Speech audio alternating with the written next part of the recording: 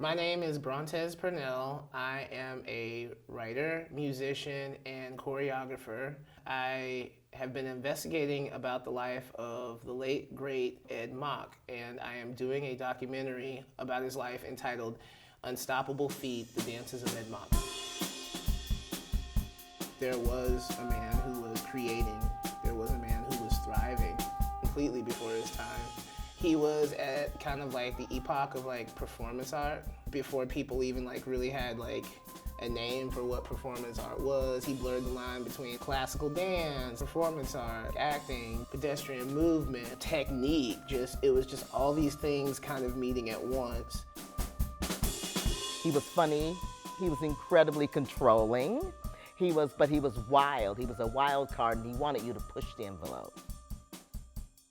I essentially thought that it was important to do this documentary because just as a gay man, as a black man, it was really comforting to know that I had an ancestor that I never knew existed.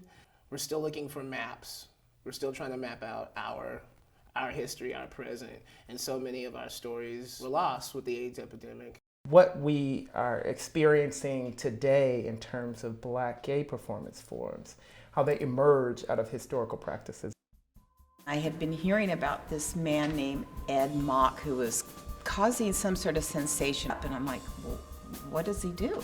Just this fantastic Black man who was beautiful, who was a little intense. Does anyone know who this guy Ed Mach is? And this man turns around and he says, I am Ed Mach.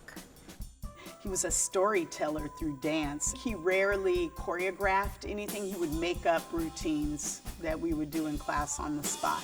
It was the first time I felt spirit was in his class. It's not just a documentary about dance. It's about what artists are going through right now. You know, Ed faced artist eviction in the 80s. He taught dance classes until his death. It is suggested that he did have a very uncompromising nature with his art and his life.